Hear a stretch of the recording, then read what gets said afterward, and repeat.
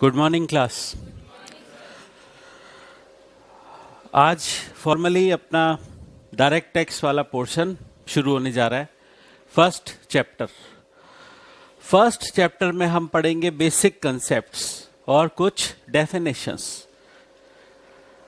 सबसे पहले definitions start करने से भी पहले हम कुछ टैक्स के बारे में बात कर लेते हैं कि टैक्स क्या होता है। टैक्स कोई भी पर्सन अपनी इच्छा से देता है क्या? नहीं, ये गवर्नमेंट के द्वारा इम्पोज किया हुआ एक मॉनेटरी बर्डन है जो लोगों पर जबरदस्ती लगाया गया है। ठीक है, तो ये मॉनेटरी बर्डन है जो गवर्नमेंट ने इम्पोज किया है, levied by government. Levied by government का मतलब क्या होता है? लेविड मतलब imposed by the government upon the persons पर लगाया गया है अंडर ए legislative authority. Legislative authority means government authority.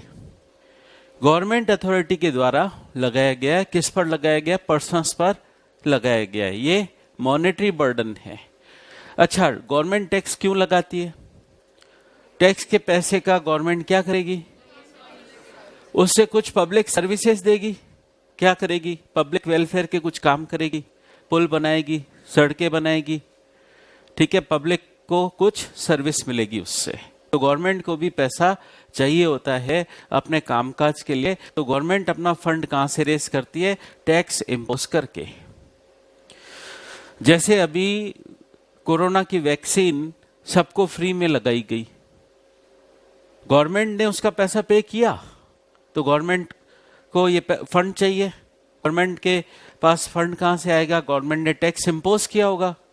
Tax imposition के थ्रू पैसा आया, वो पैसा पब्लिक वेलफेयर में लगाया गया।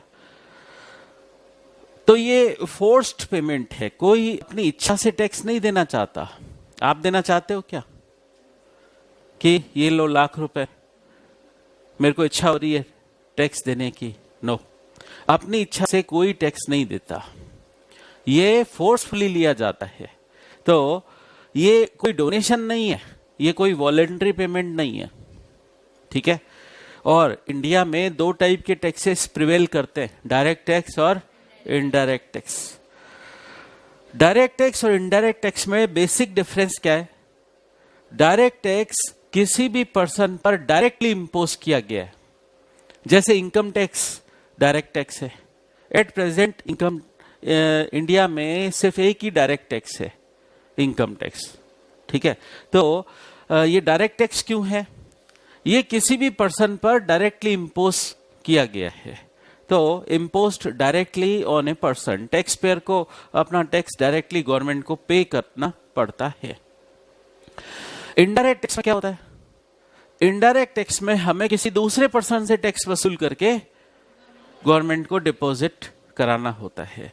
तो डायरेक्ट टैक्स जैसे मान लो मिस्टर ए को इनकम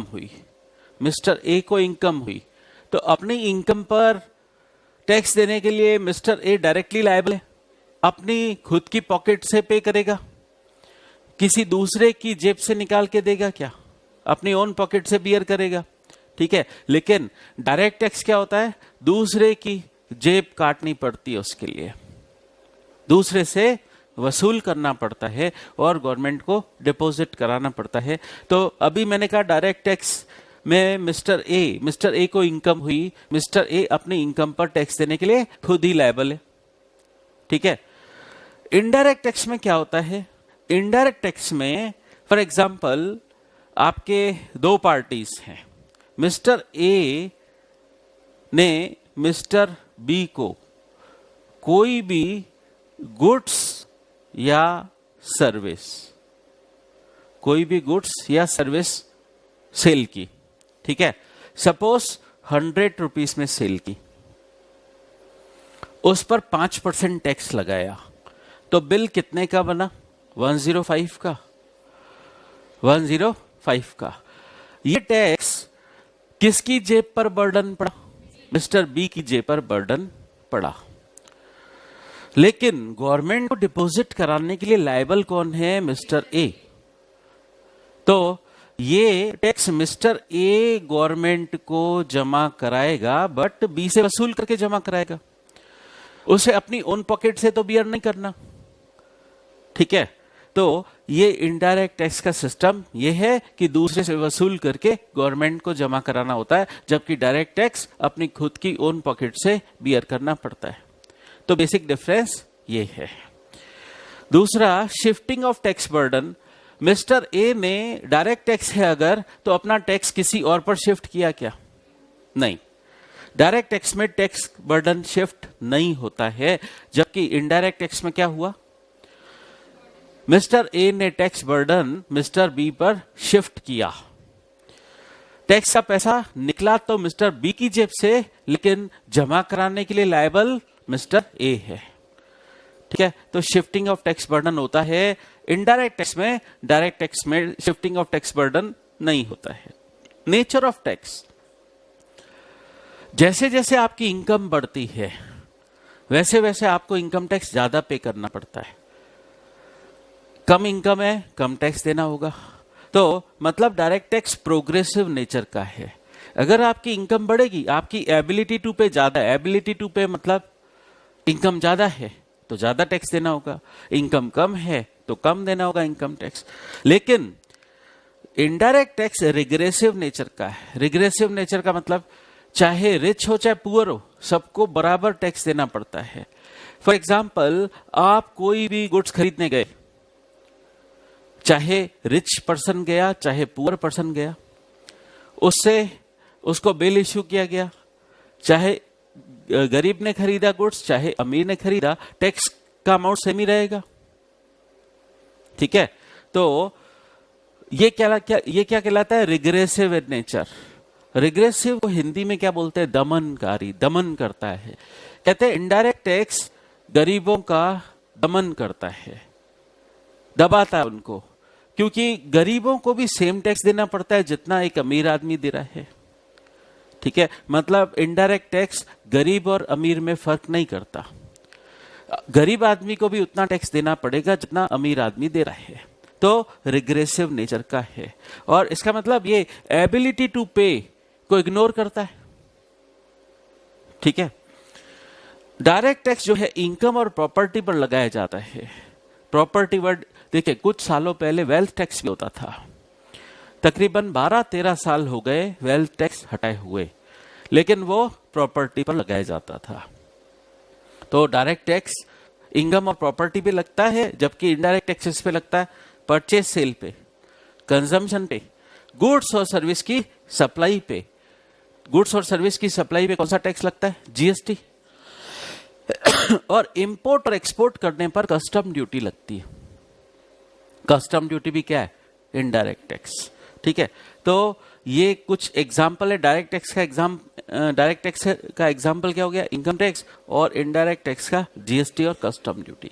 ये तो हमने कुछ डिफरेंस करने की बातें कर ली कि डायरेक्ट टैक्स और इनडायरेक्ट टैक्स में बेसिक डिफरेंस क्या है। समझने के लिए इतना ही काफी है कि डायरेक्ट टैक्स उस पर्सन पर डायरेक्ट इंपोज होता है, उसी को ही देना है।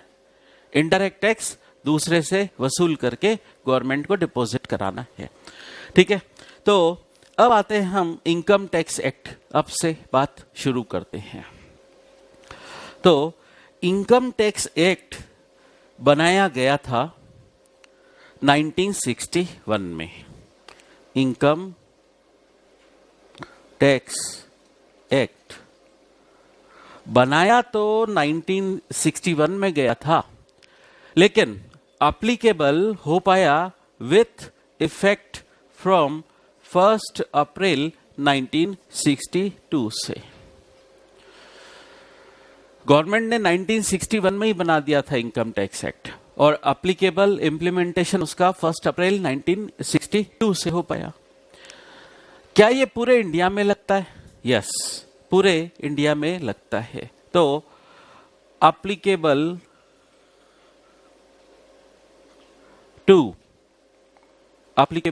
To whole of India, applicable to whole of India, पूरे इंडिया में लगता है। बताइए जम्मू एंड कश्मीर में लगेगा कि नहीं? लगेगा। तो including including Jammu and Kashmir. देखिए, काफी सालों पहले सर्विस टैक्स हुआ करता था, तो सर्विस टैक्स में यह सिस्टम था कि जम्मू एंड कश्मीर में नहीं लगता था। तो तब से हर कानून में अलग से लिखना पड़ता है जम्मू एंड कश्मीर का। वैसे लिखने की कोई जरूरत नहीं है, जब हमने कह दिया पूरे इंडिया में लगता है तो बात ही खत्म हो गई। जम्मू एंड कश्मीर का अलग से कहने की क्या जरूरत है, ठीक है। बट अब स्पेसिफिकली लिखना पड़ता है कि जम्मू एंड कश्मीर में भी एप्लीकेबल है। इस इनकम टैक्स एक्ट में गवर्नमेंट हर साल चेंज करती है, कांस्टेंट नहीं रह पाता है, हर साल इसमें चेंजेस होते हैं। वो चेंजेस गवर्नमेंट कैसे करती है? तो इनकम टैक्स एक्ट में हर साल गवर्नमेंट चेंजेस करती है। उन चेंजेस को हम अमेंडमेंट्स के नाम से जानते हैं। अमेंडमेंट्स क्या आप बता सकते हैं कि गवर्नमेंट अमेंडमेंट्स कैसे करती है, चेंज कैसे करती है? बजट। गवर्नमेंट उसके लिए हर साल बजट लेकर आती है। अभी आपने सुना 1 फरवरी को बजट आया, काफी सुना होगा। टैक्स स्ट्रक्चर में कोई चेंज नहीं किया गया, स्लैब सेम है। तो गवर्नमेंट हर साल बजट लेकर आती है, उसमें चेंजेस नोटिफाई करती है कि हम इनकम टैक्स एक्ट में क्या चेंजेस करने वाले। उन चेंजेस को अमेंडमेंट्स के नाम से जाना जाता है। तो ये चेंजेस किस में आते हैं? ये चेंजेस आते हैं यूनियन बजट। यूनियन बजट मतलब सेंट्रल गवर्नमेंट का बजट। तो यूनियन बजट, गवर्नमेंट बजट लेकर आती हर साल। बजट इन जनरल कब आता है? फरवरी, 1 फरवरी को आता है। हर साल 1 फरवरी को बजट आएगा। बजट का एक छोटा सा पार्ट होता है फाइनेंस बिल। बजट के अंदर होता है फाइनेंस बिल। फाइनेंस बिल के अंदर क्या होता है? फाइनेंस बिल के अंदर 2 बातें कही जाती हैं।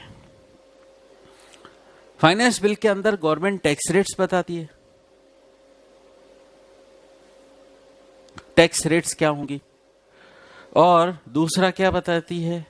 अमेंडमेंट्स, कि हम इनकम टैक्स एक्ट में क्या अमेंडमेंट्स करने वाले हैं। तो हम इनकम टैक्स एक्ट में क्या अमेंडमेंट्स कर रहे हैं, ये फाइनेंस बिल में आ गया। अब फाइनेंस बिल रखा जाएगा पार्लियामेंट में। पार्लियामेंट में बोथ हाउसेस ऑफ पार्लियामेंट, मतलब लोकसभा राज्यसभा दोनों में ये पुटअप किया जाएगा, रखा जाएगा, जहां पर इस पर डिस्कशन चलेगा। ठीक है, तो ये फाइनेंस बिल रखा जाएगा कहां पर? पार्लियामेंट में। पार्लियामेंट में बोथ हाउसेस इसको पास कर देंगे, passed by parliament, passed by parliament. Parliament पास कर देगी, लोकसभा राज्यसभा, पहले लोकसभा में जाएगा फिर राज्यसभा में जाएगा। वहां पास होने के बाद फिर एक काम और करना होगा, प्रेसिडेंशियल एसेंट। ठीक है, तो पास्ड बाय पार्लियामेंट और उसके बाद गॉट प्रेसिडेंशियल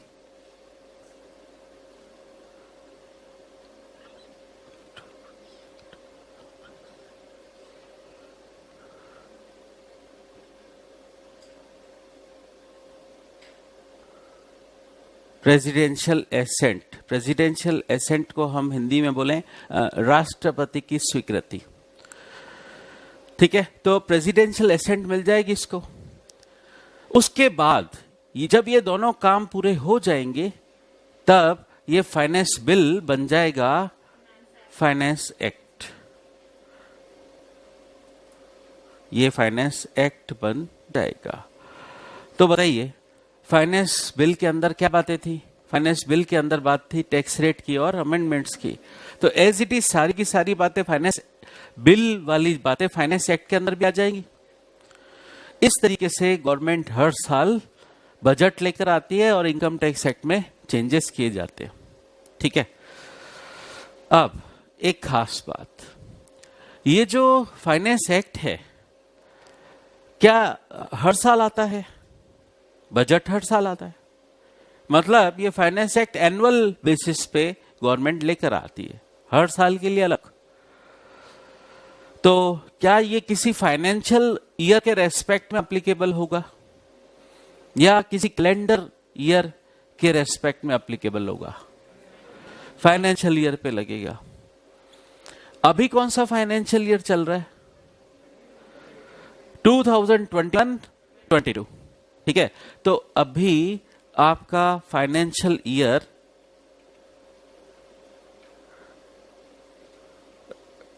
2021-22 चल रहा है।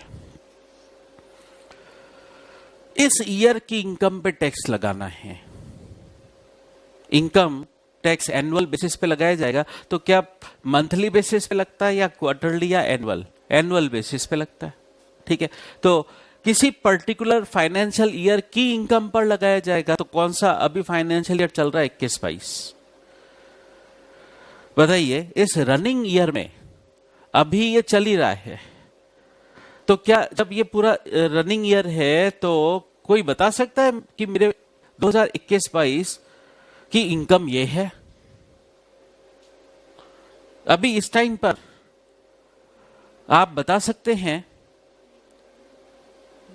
आज डेट है 22 फरवरी, तो आज आप बता सकते हैं 22 फरवरी 2022 चल रहा है, ठीक है। तो आप आज बता सकते हैं कि 21-22 में कितनी इनकम है आपकी? कोई भी पर्सन बता पाएगा क्या?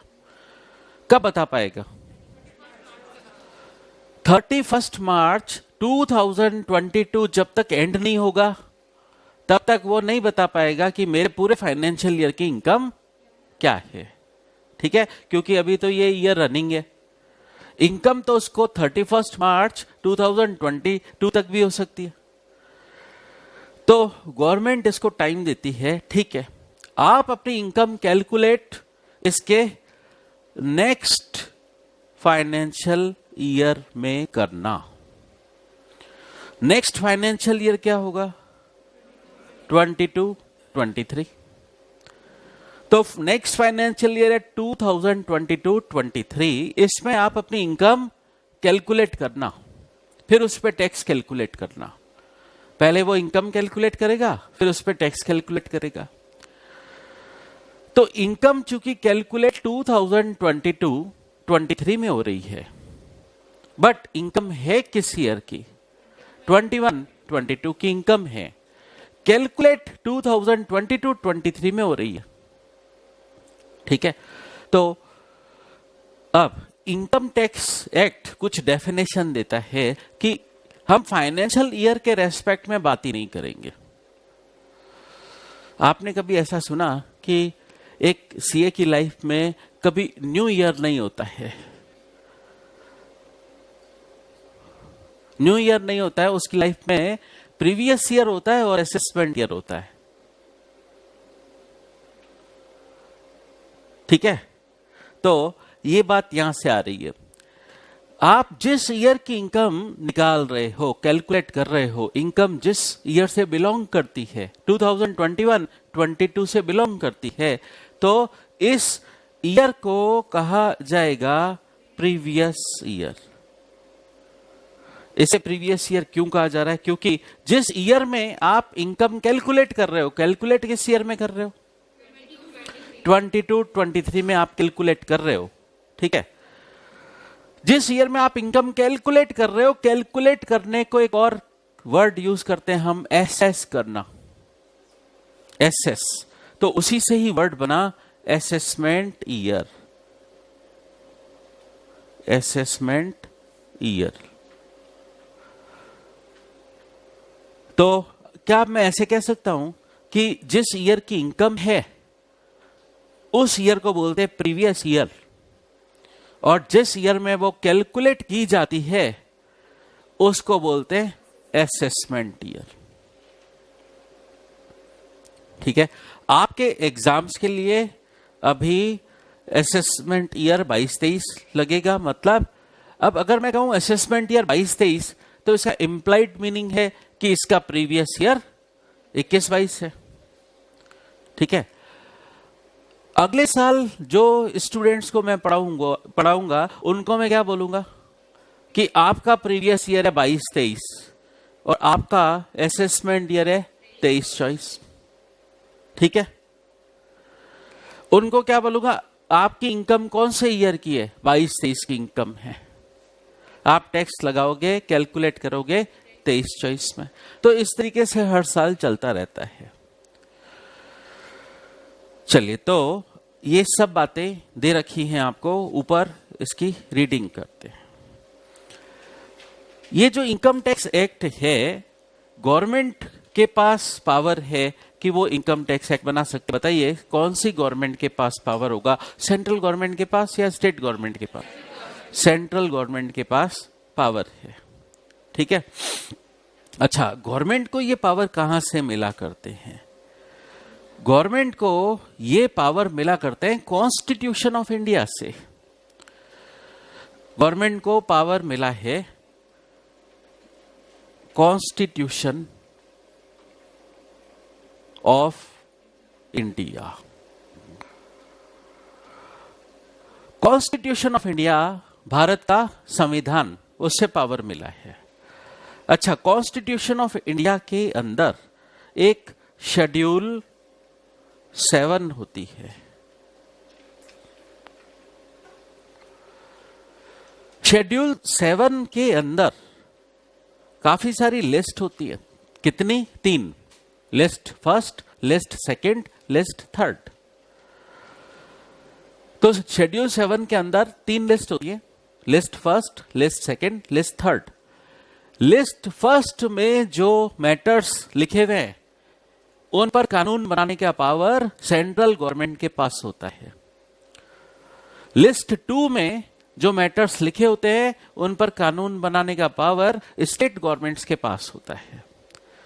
और लिस्ट 3 में जो मैटर्स लिखे होते हैं उस पे बोथ गवर्नमेंट कानून बना सकती है। सेंट्रल गवर्नमेंट भी बना सकती है, स्टेट गवर्नमेंट भी बना सकती है। अब आपके दिमाग में एक सवाल आएगा कि सर, लिस्ट फर्स्ट में जो मैटर लिखा हुआ है उस पे कानून अगर सेंट्रल गवर्नमेंट भी बना सकती है, स्टेट गवर्नमेंट भी बना सकती है, तो सपोज दोनों ने बना दिया,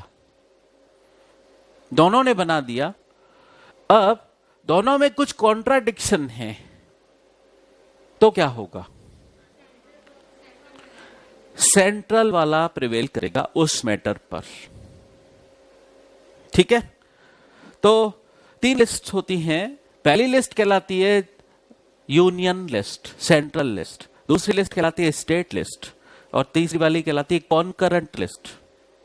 ठीक है, ये थोड़ा सा इंडिया के कॉन्स्टिट्यूशन के बारे में बता रहा हूं।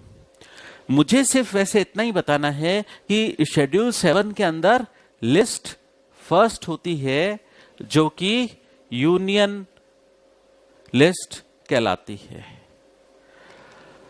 यूनियन लिस्ट के अंदर काफी सारी एंट्रीज होती है, entry number 1, entry number 2, entry number 3, इस तरीके से।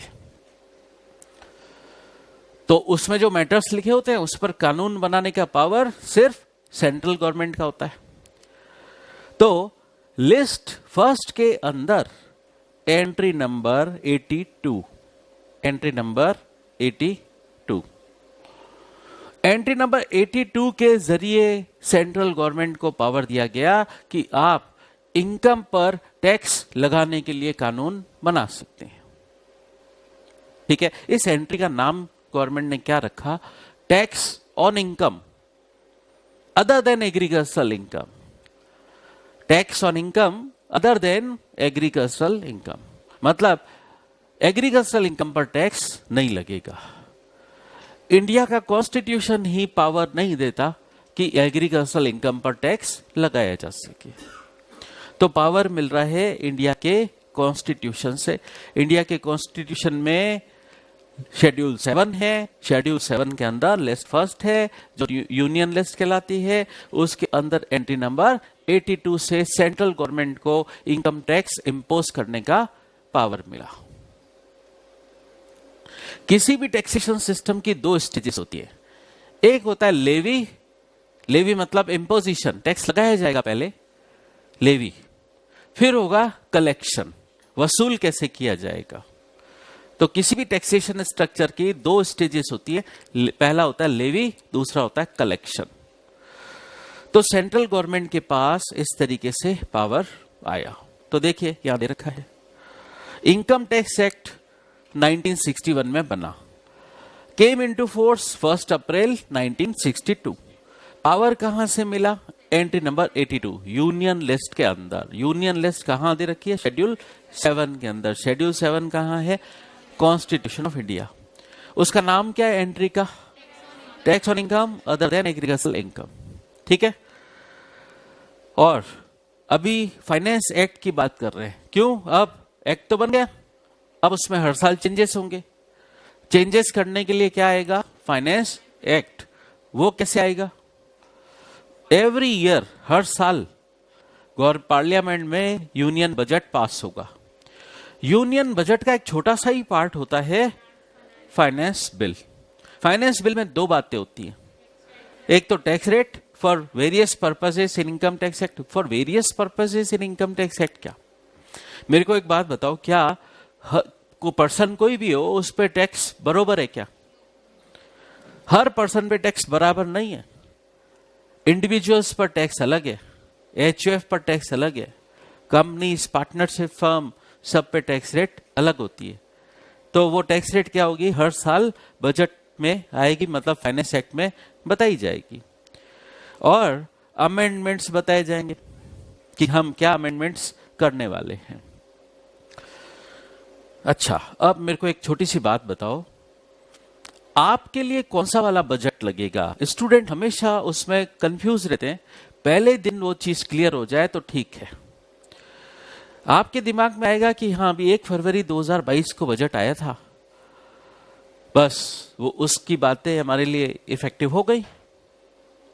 लेकिन ऐसा नहीं है, उसका रीजन बताता हूं मैं आपको। ये देखो, मैंने यहां लिखा 1 फरवरी को बजट आता है, लेकिन आपके लिए 2021 वाला बजट काम आएगा। ठीक है। अब आप बोलोगे क्यों 2022 वाला बजट काम आना चाहिए सर हमारे लिए? तो इसका लॉजिक क्या है वो ढंग से समझना। गवर्नमेंट आपको, मेरे को एक बात बताओ, ये जो ईयर है 21-22, ये शुरू कब से होगा? 1 अप्रैल 2021 से शुरू होगा। 1 अप्रैल 2021 से शुरू होगा तो गवर्नमेंट आपको एडवांस में बताती है, 2 महीने पहले बताती है, तो कि 1 अप्रैल 2021 से क्या चेंजेस इफेक्टिव होने वाले हैं, ताकि आप उसके अकॉर्डिंग अपनी टैक्स प्लानिंग कर सको। तो गवर्नमेंट ने आपको 1 फरवरी 2021 को ही बता दिया कि हम क्या चेंजेस करने वाले हैं जो इफेक्टिव 1 अप्रैल 2021 से होंगे। ठीक है। तो आपके लिए कौन सा वाला फाइनेंस एक्ट काम आएगा? 2021 वाला। समझ आई बात? ये पहले ही दिन क्लियर होना जरूरी है, क्योंकि हमेशा ये अगर पहले दिन क्लियर नहीं करूंगा, आपके मन में हमेशा कंफ्यूजन बना रहेगा कि सर ने बोल तो दिया फाइनेंस एक्ट में आ गए चेंजेस, लेकिन हमारे लिए कौन सा वाला लग रहा है? 2021 वाला लग रहा है या 2022 वाला लग रहा है? तो आपके लिए 2021 वाला ही लग रहा है। और सीए के सिलेबस के हिसाब से बात करूं अगर मैं, तो अभी जो मई 2022 में सीए इंटर के स्टूडेंट्स एग्जाम में अपीयर होंगे, इंटर के एग्जाम्स में, और नवंबर 2022 मतलब आप लोग अपीयर होंगे, उनके लिए यही फाइनेंस एक्ट लगेगा। मतलब सीए एग्जाम्स में क्या सिस्टम रहता है? मई और नवंबर सेम कैलेंडर ईयर के एक फाइनेंस एक्ट सेम ही लगता है।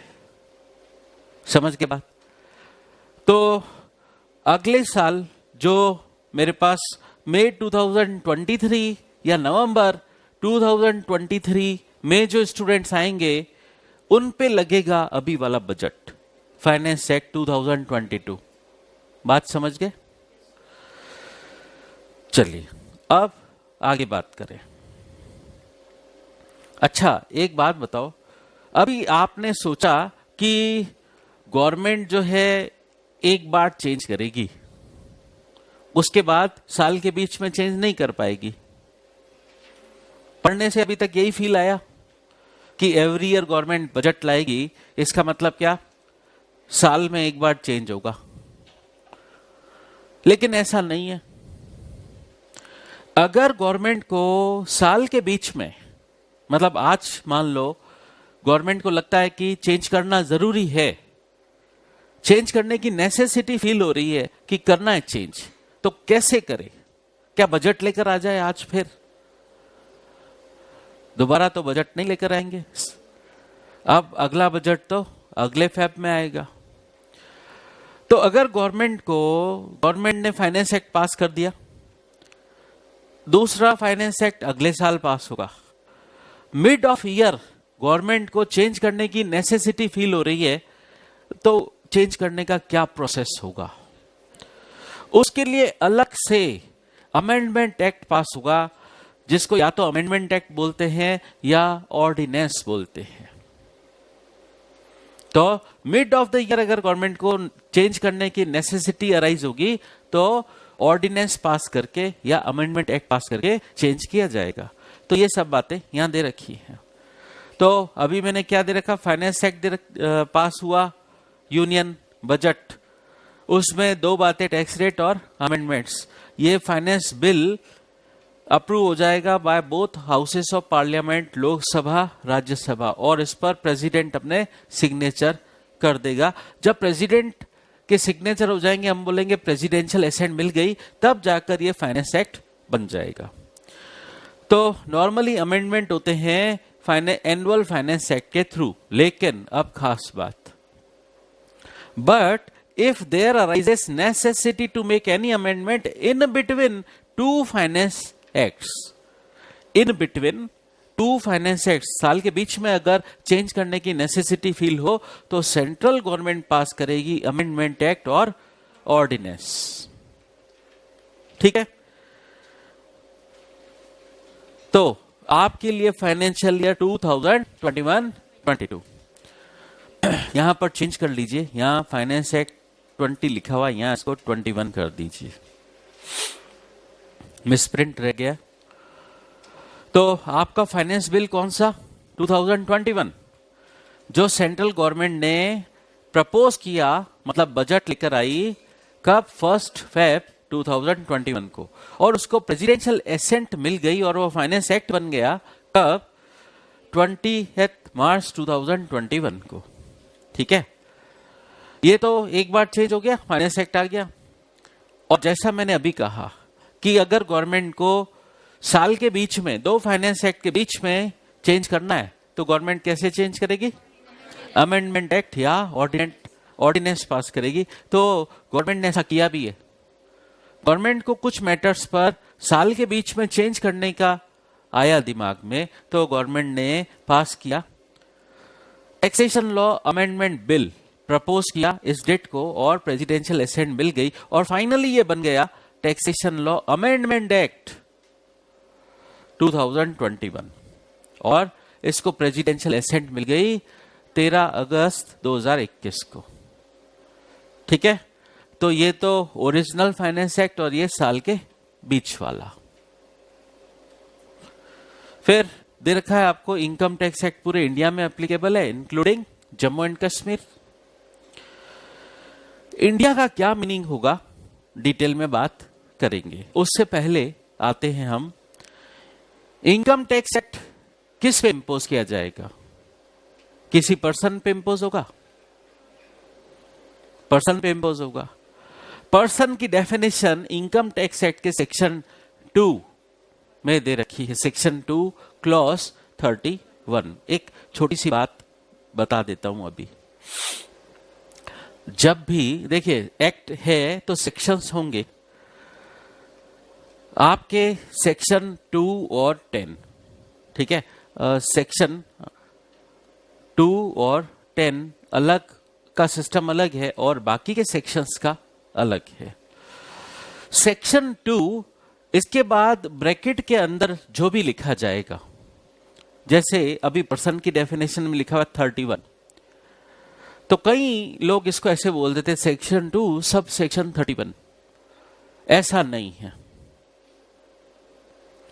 ये सेक्शन 2 क्लॉज 31 कहलाएगा, ठीक है।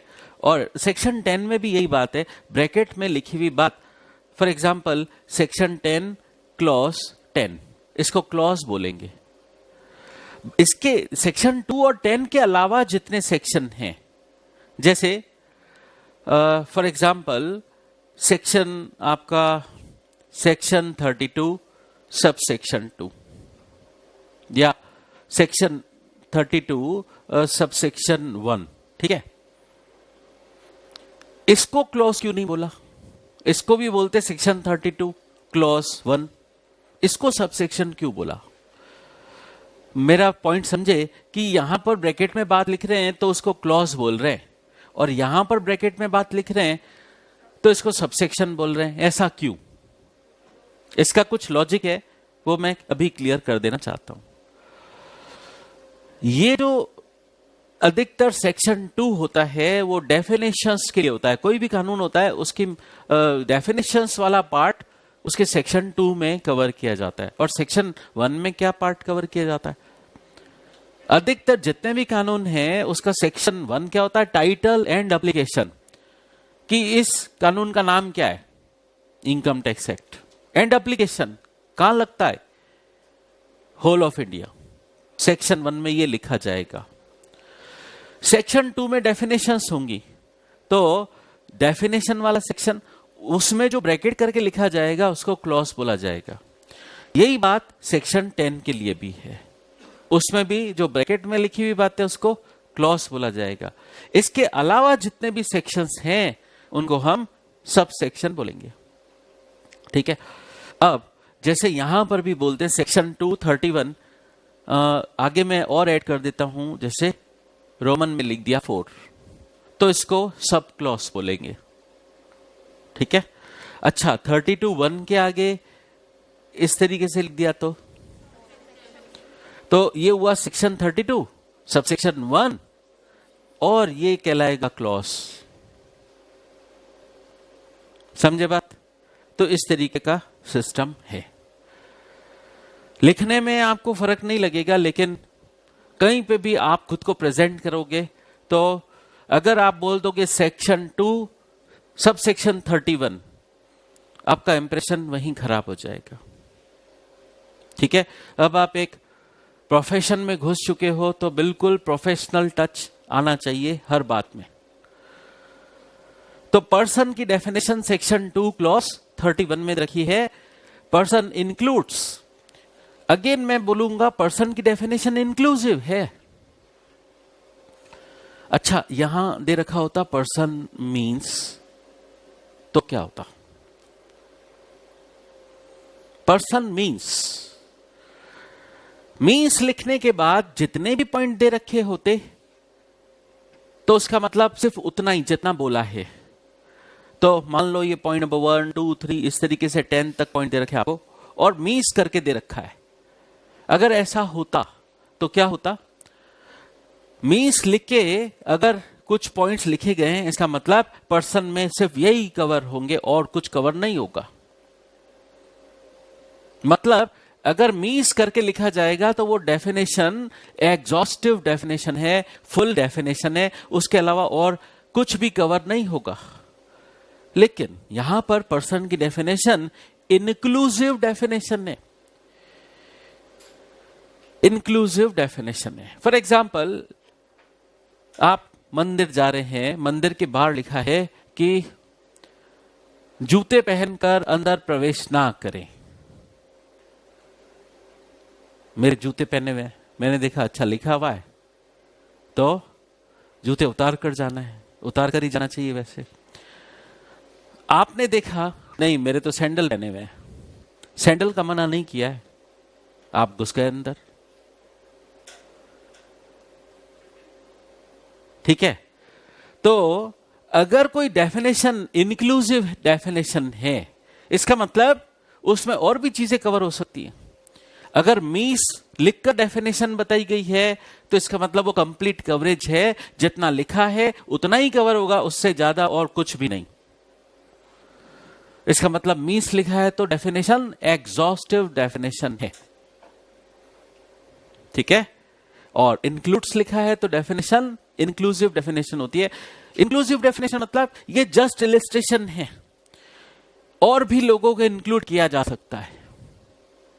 ये तो जस्ट एग्जांपल्स हैं, इलिस्ट्रेशंस हैं। तो पर्सन की डेफिनेशन इंक्लूसिव डेफिनेशन है, मीन्स नहीं लिखा है। तो कौन कौन कवर है? इंडिविजुअल। इंडिविजुअल जैसे आप और मैं इंडिविजुअल है, तो इंडिविजुअल कैपेसिटी में टैक्स देना होगा। अगर HUF है, हिंदू अनडिवाइडेड फैमिली, वो भी under income tax act person की डेफिनेशन में फॉल करती है, तो उसको भी टैक्स देना होगा। कंपनी, कंपनी पर्सन की डेफिनेशन में अलग से लिखी गई है। अगर किसी कंपनी को इनकम है तो उसको भी टैक्स देना होगा। फर्म, फर्म में दोनों वाली कवर होंगी, सिंपल वाली पार्टनरशिप फर्म और लिमिटेड लायबिलिटी पार्टनरशिप फर्म, दोनों कवर होंगी। एसोसिएशन ऑफ पर्संस और बॉडी ऑफ इंडिविजुअल्स, शॉर्ट में बोले तो AOP, BOI, चाहे इनकॉर्पोरेटेड है चाहे नहीं है। आप बता सकते हो AOP और BOI में डिफरेंस क्या होता है? AOP एग्जिस्टेंस में कैसे आता है? By agreement. एग्रीमेंट ओरल भी हो सकता है, रिटर्न हो सकता है। एक छोटी सी बात, सपोज 4 फ्रेंड हैं, उन्होंने डिसाइड किया कि एक बिजनेस शुरू करते हैं। बिजनेस स्टार्ट किया, वो पार्टनर बनकर बिजनेस स्टार्ट कर रहे हैं। उन्होंने फॉर्मली पार्टनरशिप डीड लिखा, पार्टनरशिप डीड के अंदर अपना प्रॉफिट शेयरिंग रेशियो लिखा, अब वो बिजनेस कर रहे हैं। तो ये क्या कहलाएगी? Partnership firm. लेकिन सपोज अगर वो कोई डॉक्यूमेंट नहीं बनाते और ऐसे ही जॉइंट एफर्ट्स करते हैं, मिलके काम करते हैं और उनको प्रॉफिट हो जाता है और कोई पार्टनरशिप डीड लिखा हुआ ही नहीं है, तो वो क्या कहलाएंगे? AOP, association of persons. तो फर्क समझ में आ गया होगा। अगर फॉर्मल रिटर्न डॉक्यूमेंट है और उसके अंदर प्रॉफिट शेयरिंग रेशियो मेंशन है, दोनों बातें पूरी होनी चाहिए। रिटर्न में है और उसके अंदर प्रॉफिट शेयरिंग रेशियो मेंशन्ड है, तो वो पार्टनरशिप फर्म है। लेकिन अगर ऐसा नहीं है, या तो रिटर्न में है ही नहीं, और अगर रिटर्न में है तो उसके अंदर प्रॉफिट शेयरिंग रेशियो नहीं लिखा, ऐसे लिख दिया है कि हमारी जो इच्छा होगी हर साल हम चेंज कर सकते हैं, प्रॉफिट हम बांटते रहेंगे, बाकी लोगों को उसकी चिंता करने की जरूरत नहीं है। हम फ्रेंड हैं, कितना भी प्रॉफिट लें उससे किसी को क्या सरोकार है? तो क्या बोलेंगे उसको? Association of persons. ठीक है। अच्छा, बॉडी ऑफ इंडिविजुअल्स कैसे? बॉडी ऑफ इंडिविजुअल्स होता है bye operation of law, existence में आता है। कैसे? इसका एक एग्जांपल देके बताता हूं। सपोज एक फादर है जिसके 4 सन हैं। फादर की डेथ हो गई, सपोज 11 अगस्त 2021 को फादर की डेथ हो गई। तो फादर को इनकम थी 1 अप्रैल 2021 से लेकर इस पीरियड तक इनकम थी। इस 11 अगस्त 2021 को फादर की डेथ हो गई। अब उसके 4 बेटे हैं। बताइए, फादर का टैक्स चारों बेटों को देना होगा या नहीं? या डेथ होने के केस में गवर्नमेंट माफ कर देगी? गवर्नमेंट माफ नहीं करेगी, टैक्स लेकर रहेगी गवर्नमेंट। तो अब टैक्स लेने के लिए क्या ऊपर जाएं भगवान के पास कि हमारा कैंडिडेट आपके पास आ गया है बगैर टैक्स दिए? तो फादर का जो टैक्स होगा वो बेटों को चुकाना होगा। और कौन से बेटे को चुकाना होगा? बड़े बेटे को। चारों को। और उसके लिए कानून में क्या लैंग्वेज लिखी जाती है? They shall be jointly and severally liable for the payment of tax. ऐसे पढ़ा आपने कई बार कि they shall be jointly and severally liable. इस लैंग्वेज का इफेक्ट क्या होता है बता सकते हैं? मान लो सबसे छोटा बेटा वो इनकम टैक्स डिपार्टमेंट के हत्थे चढ़ गया और बाकी के 3 अभी मान लो सिटी में नहीं है, तो क्या फादर वाला सारा का सारा टैक्स उस छोटे बेटे से रिकवर किया जा सकता है? यस, किया जा सकता है। जॉइंटली एंड सेवरली लायबल का इंटरप्रिटेशन यही है कि किसी से भी पूरा का पूरा टैक्स वसूल किया जा सकता है। गवर्नमेंट ने ये क्यों बनाया?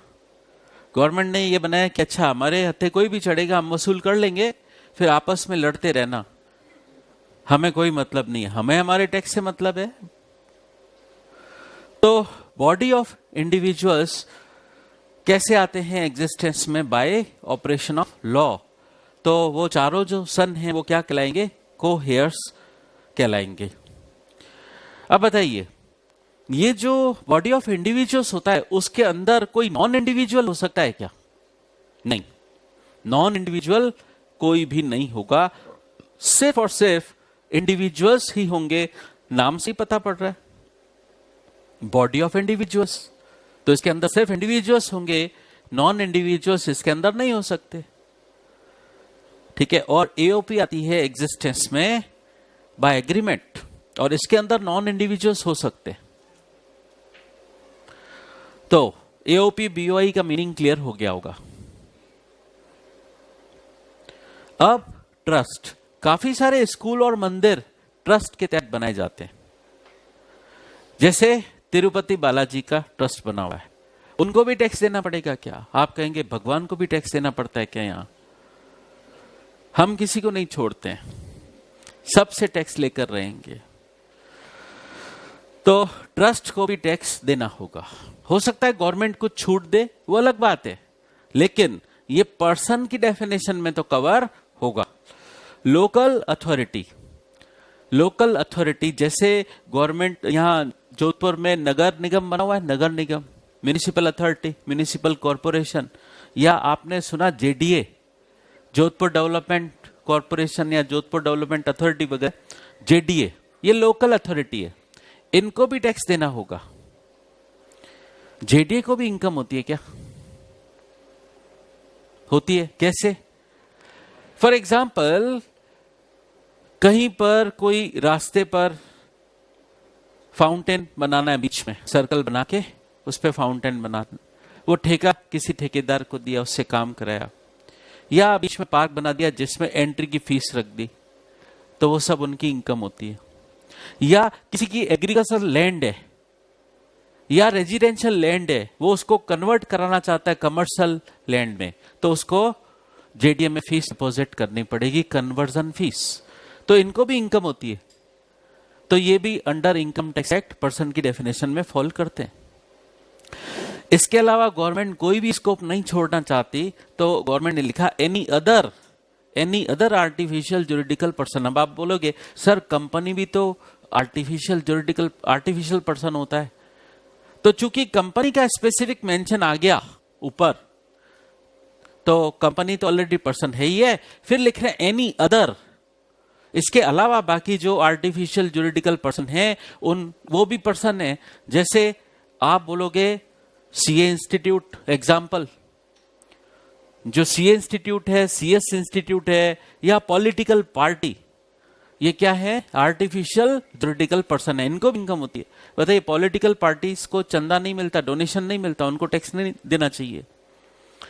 सीए इंस्टीट्यूट को टैक्स नहीं देना चाहिए क्या? आप बोलोगे देना चाहिए सर, हमसे इतनी फीस ले ली। तो under income tax act in सबको पर्सन की डेफिनेशन में रखा गया। अब इससे रिलेटेड एक बात बताते हैं। पर्सन की डेफिनेशन आपने पढ़ ली अंडर सेक्शन 2 क्लॉज 31। ये डेफिनेशन आपने पढ़ी। पर्सन की डेफिनेशन पढ़ने के बाद आप हर पर्सन की इनकम निकालने के लिए, आप जब सीए बन जाओगे, आपके पास क्लाइंट आएंगे, तो इंडिविजुअल्स भी आएंगे, एचयूएफ भी आएंगे, कंपनीज भी आएंगी अपना रिटर्न फाइल करवाने। तो आप जब भी उनकी इनकम कैलकुलेट करोगे, एसेस करोगे, कैलकुलेट करने को एसेस करना भी बोलते हैं क्या? तो जब भी आप किसी पर्सन की इनकम कैलकुलेट करोगे, एसेस करोगे, तब उस पर्सन को कहा जाएगा एसएससी। मतलब एसएससी कौन? The person whose income is being assessed और कंप्यूटेड। जब भी हम किसी पर्सन की इनकम एसेस करेंगे, कंप्यूट करेंगे, तो उसको हम एसएससी बोलेंगे। ठीक है? तो आगे से हम पर्सन वर्ड यूज कम करेंगे और वर्ड यूज करेंगे उसकी जगह एसएससी। क्यों? हम उसकी इनकम कैलकुलेट करने बैठे हैं, इसलिए उसको बोलेंगे हम एसएससी। तो ये नीचे आपको दे रखा है SSC section 2 clause 7 means any person by whom tax interest penalty. तो टैक्स को बोले टी, इंटरेस्ट आई और पेनल्टी टिप। जो भी पर्सन टैक्स इंटरेस्ट पेनल्टी देने के लिए लायबल है under the provisions of this act, इस कानून के तहत, तो उसको हम एसएससी बोलेंगे। ठीक है? एसएससी की डिटेल में और जाएंगे। डेफिनेशन के दो पार्ट हैं, एक मीन्स वाला पार्ट और एक इंक्लूड्स वाला पार्ट। अभी तक तो हमने सिर्फ मीन्स वाले पार्ट की बात की है, इंक्लूड्स वाला पार्ट अभी हम पेंडिंग रखते हैं।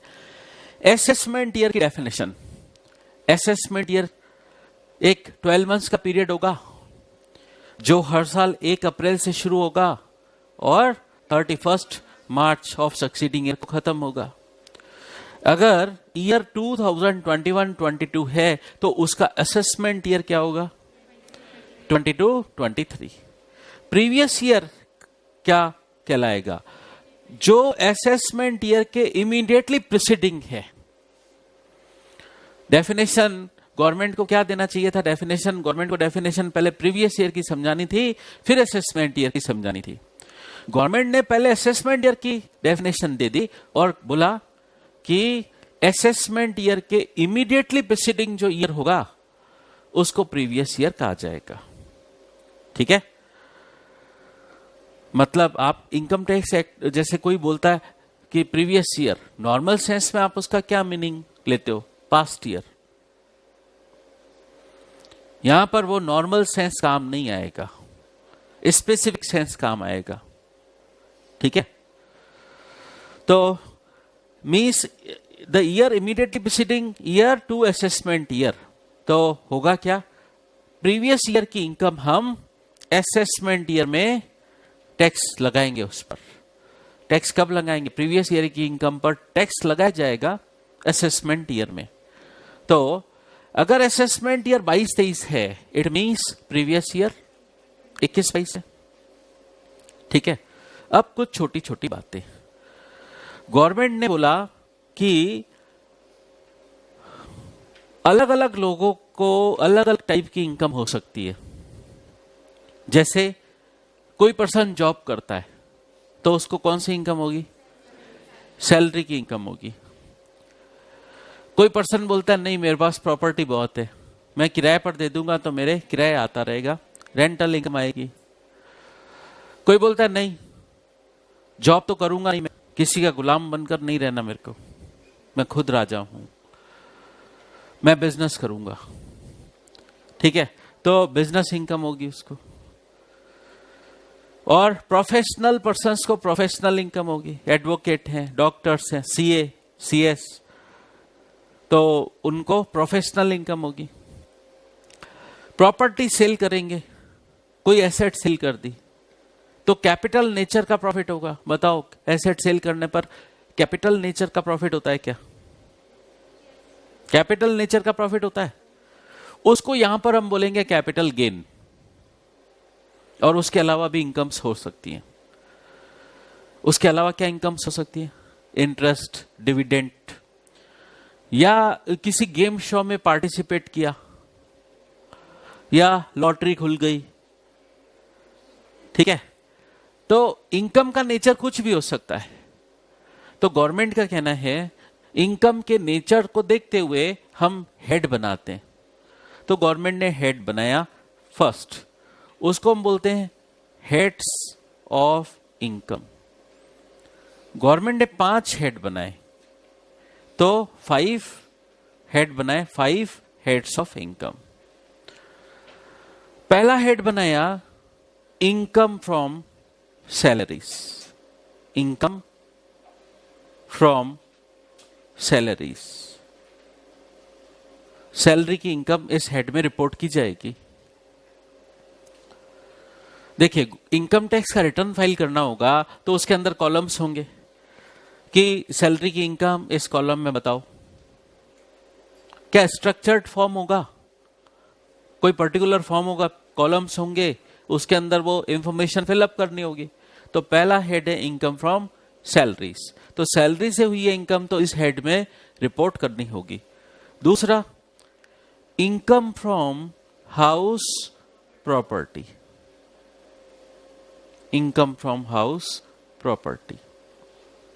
रेंटल इनकम है तो इस हेड में रिपोर्ट करनी होगी। कहने का मतलब रिपोर्टिंग, इनकम की रिपोर्टिंग हेड वाइज होगी।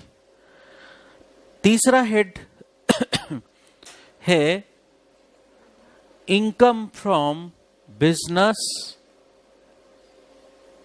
और प्रोफेशन, प्रोफेशन। और चौथा हेड है income from capital gains, income from capital gains.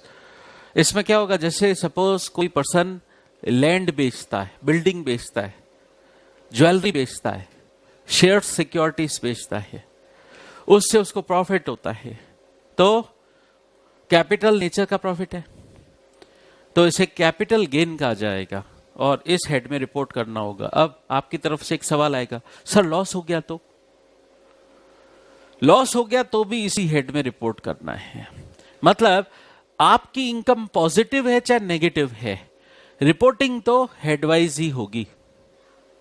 फिर point number 5, head number 5, income from other sources, income from other sources. Short में इसको IFOS बोलते हैं, इनकम फ्रॉम अदर सोर्सेस। और ये जो तीसरा हेड है इसको शॉर्ट में बोलते हैं PGBP, PGBP मतलब प्रॉफिट्स और गेन्स ऑफ बिजनेस और प्रोफेशन। देखिए, समझने के लिए अलग हम उसको बोल सकते हैं इनकम फ्रॉम बिजनेस और प्रोफेशन, बट आपको फॉर्मल लैंग्वेज ही यूज करनी है कि इनकम टैक्स एक्ट में कैसे लिखा हुआ है, एज इट इज हमको वैसे ही लिखना है। उधर क्या वर्डिंग्स यूज की जाती हैं, प्रॉफिट्स और गेन्स ऑफ बिजनेस और प्रोफेशन, PGBP। तो ये 5 हेड की इनकम रिपोर्ट कर दी गई। इस 5 हेड की टोटल जब की जाएगी तो उसे कहा जाएगा ग्रॉस टोटल इनकम, उसे ग्रॉस टोटल इनकम कहा जाएगा। शॉर्ट में बोले तो GTI। तो कहने का मतलब गवर्नमेंट सारी इनकम्स पर आपके टैक्स लगा रही है। अदर सोर्सेस हेड में क्या क्या आ सकता है, इंटरेस्ट आ सकता है, डिविडेंड आ सकता है, क्या गिफ्ट भी आ सकते हैं, गिफ्ट मिला, यस, गिफ्ट भी अदर सोर्सेस हेड में टैक्सेबल होता है। ठीक है, गेम शो से इनकम हुई, आपने कौन बनेगा करोड़पति में पार्टिसिपेट किया, इनकम हो गई, वो अदर सोर्सेस हेड में रिपोर्ट करनी होगी। ऐसी इनकम्स को हम कैजुअल इनकम कहते हैं, कैजुअल इनकम। तो 5 हेड की टोटल हो गई, 5 हेड की टोटल को क्या बोलोगे, gross total income, GTI। GTI के बाद अब आपको लगता है कि क्या इतनी सारी इनकम अर्न की, गवर्नमेंट तो सारी इनकम पर टैक्स लगाने के लिए उतारू बैठी है, तो कुछ रिलैक्सेशन नहीं मिलेगा क्या, कुछ छूट नहीं मिलेगी क्या? तो गवर्नमेंट कुछ इसमें से छूट देगी। लेस, उसको हम बोलते हैं डिडक्शंस अंडर चैप्टर। उसके लिए इनकम टैक्स एक्ट में पूरा एक चैप्टर बनाया गया है डिडक्शंस के लिए, डिडक्शंस अंडर चैप्टर 6A। तो चैप्टर 6A के डिडक्शंस लेस हो जाएंगे। वो लेस होने के बाद टोटल इनकम आएगी, और टोटल इनकम वो इनकम है जिस पर टैक्स लगाया जाएगा। ठीक है, तो ये बेसिक स्ट्रक्चर है इनकम टैक्स एक्ट का। 5 हेड का टैक्सेशन सिस्टम है।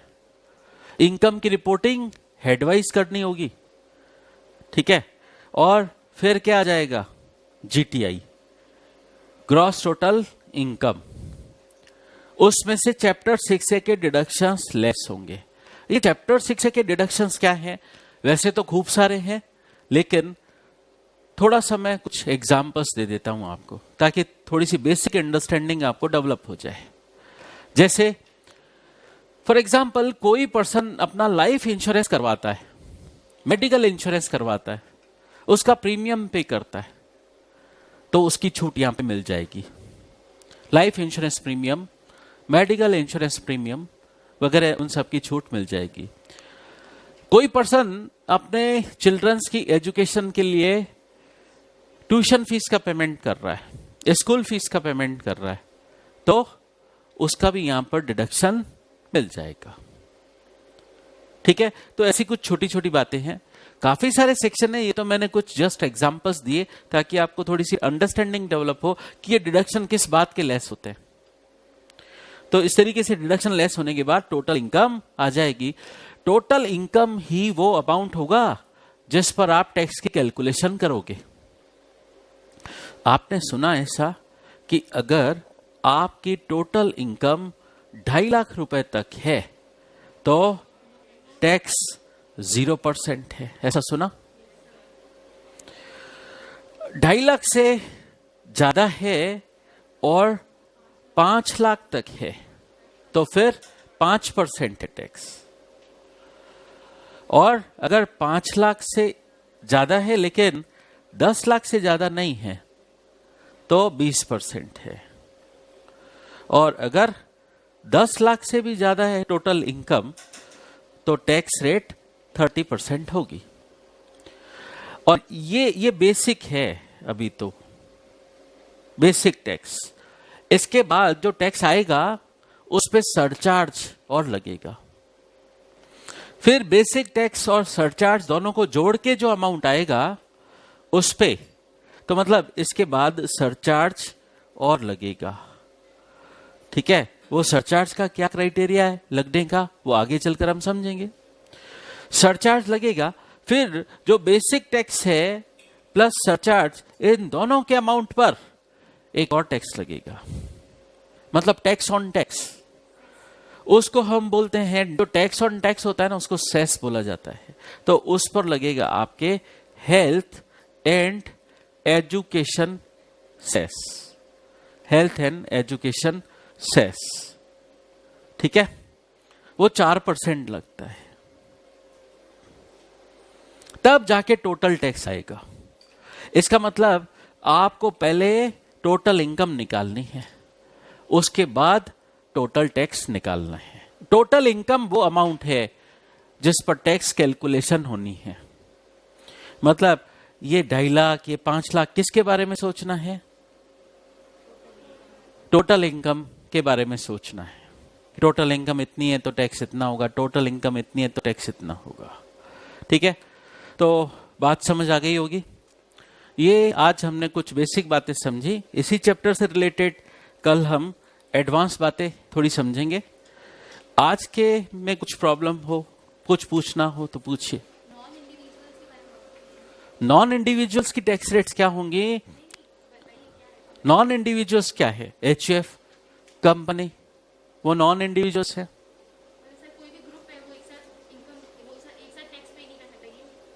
नहीं, जैसे आप पूछ रहे हैं अलग अलग टाइप के पर्सन हैं, उनकी इनकम कैलकुलेट करने का तरीका यही रहेगा, 5 हेड्स का टैक्सेशन सिस्टम। कंपनी है तो उसके लिए भी यही है, 5 हेड्स का टैक्सेशन सिस्टम। पार्टनरशिप फर्म है तो उसके लिए भी 5 हेड्स का टैक्सेशन सिस्टम है। मतलब इनकम कंप्यूट करने का सबका तरीका यही है, बट टैक्स रेट्स सबके लिए अलग अलग है।